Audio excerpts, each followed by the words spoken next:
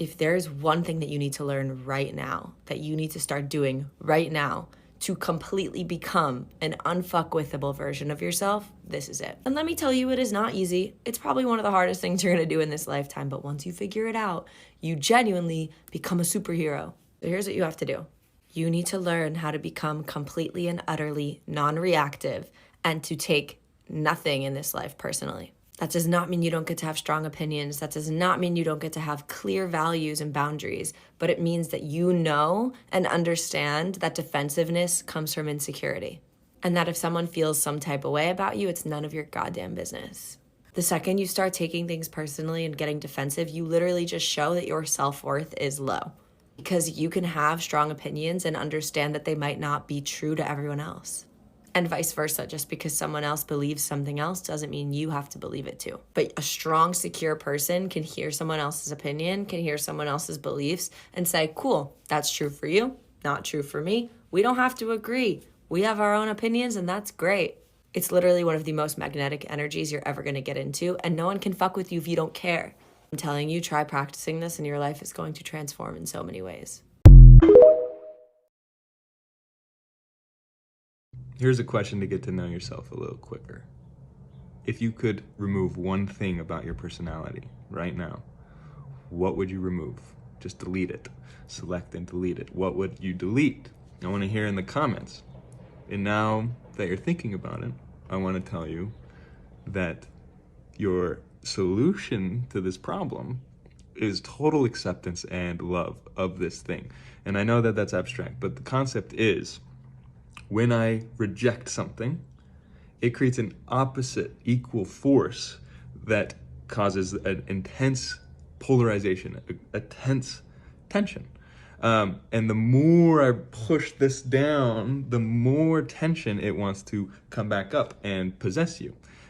This is why you can't get away from it. If you bring it into your life, if I accept that I am inconsistent and that I like to start new projects, if I accept something about me and say, how can I learn to love this about me? How can I lean into this as not a problem that everyone's been telling me is a problem and I myself have been telling me is a problem? And what if I accept it? Then what happens is it becomes into consciousness. It comes into consciousness and you have full control over whether you do it or not. And then you actually get to step away if it truly isn't aligned with your values. Likely it is though, and you've just been told it's not. Only a few people are going to understand what I'm about to say. We operate on this energy of reflection, right? The energy of reflection. So we are mirrors to one another. The deeper you go into yourself, the deeper you go into your shadows, the deeper you confront yourself, the deeper you connect with yourself, the quicker and easier it is for you to see people for their truth, for their shadows, for their deepness, right? The depth of who they are. And people can only understand other people based on the extent that they understand themselves. So they don't understand themselves on a soulful level, on a spiritual level. They can't understand or see people on that level because they cannot comprehend it. Energetically, they just can't comprehend it because they can't do that for themselves. And I can get more into this, but the way through that is through the eyes. The eyes will tell you everything. The quote that says the eyes are the window to the soul, it is very much true. But only those who see, right, who see what has been kept in the dark, who see what they have been keeping hidden within themselves, are able to see that in other people. That is why the more that you heal, the more that you dive deeper into yourself, into your soul, into your mind, heart, soul, and spirit, right? The harder it is to really form connections and bonds, because you can no longer do surface level. You can no longer do superficial because you have like broken free from that. But the eyes will tell you everything. And honestly, this conversation came about because there's a specific celebrity with certain things happening in their lives. I'm not going to name the specific celebrity, but if you look into their eyes, you can see the truth. But I'm not about to start drama on here, so I'm not about to share that yet. But you can see the truth of what is actually going on. But again, like I just said in this video, you can only understand to the extent that you understand it and see it within yourself.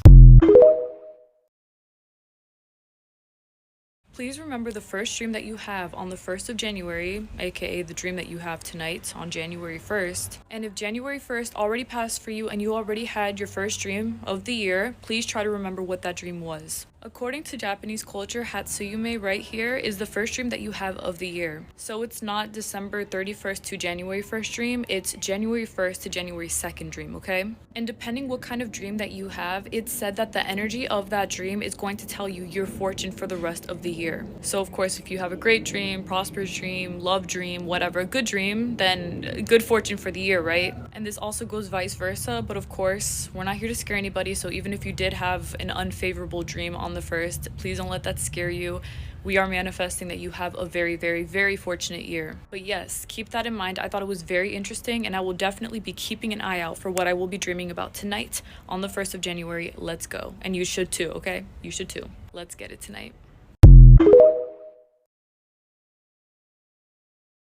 If you want to know if you're talking to somebody with low intelligence, just use an analogy. Okay, just use an analogy. That's all you have to do.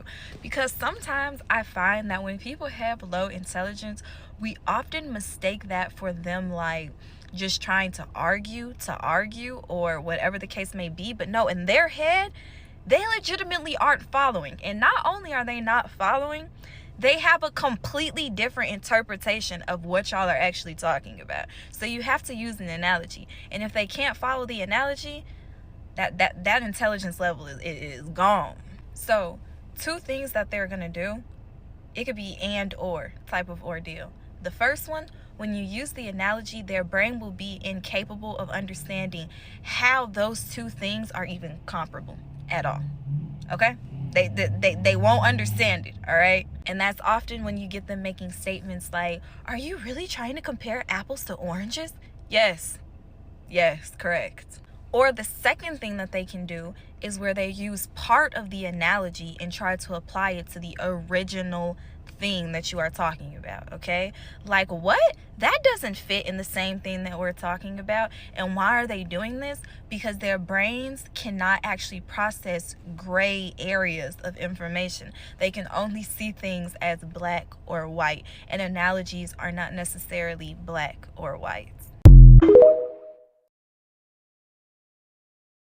I don't know if y'all have seen all this stuff about Gen Alpha coming out, about how like there's 12 and 13-year-olds reading and doing math at a 4th grade level, but like Gen Alpha's cooked. They're done for, man. Back in my senior year of high school, I worked with my elementary school's robotics team, and let me tell you, these kids were completely different than how we were when we were their age. I had a 5th grader come up to me and ask if I could program the robot to play Shot of Flow by NLE Chopper. Like, you're 10 years old. You should not know what that song is. Every single last one of them had a phone, and like 90% of those phones had Snapchat, Instagram, and TikTok installed. Like, you're too young. Like, these kids have just grown up being constantly exposed to just instant gratification from their big sticky iPads, and it has just completely fried their brain. Also, the school decided it was a good idea to give everyone from grade 2 to grade 6 a Chromebook, their own Chromebook to take home. I don't know whose genius idea it was to entrust a laptop to like a 7-year-old, but like, you're stupid. They do everything online now too, like their math homework's online, like their English homework is online, everything, their coursework, everything's online. These kids go to school and then they stare at a Chromebook for like 8 hours a day and they don't even know what they're doing. I watched a 4th grader Google the answer to a multiplication problem because they couldn't solve it. They gave up. They just Googled it. You know what I was doing back in 4th grade? These godforsaken things right here. My teacher would break out a 1-minute timer and then you had to get through as many of these as you possibly could. These built character. This is where I was exposed to the cruelty of this world and I became a man. These things right here have caused generational trauma for everybody my age. These kids have no problem solving skills either. Like, if they ran into any slight inconvenience, they're immediately coming to me to ask me what the answer is, or they're Googling the answer. They can't sit there and like work through a problem on their own. They need somebody else to do it for them. Like, they're cooked. They're done for. Like, their brains are mush, man.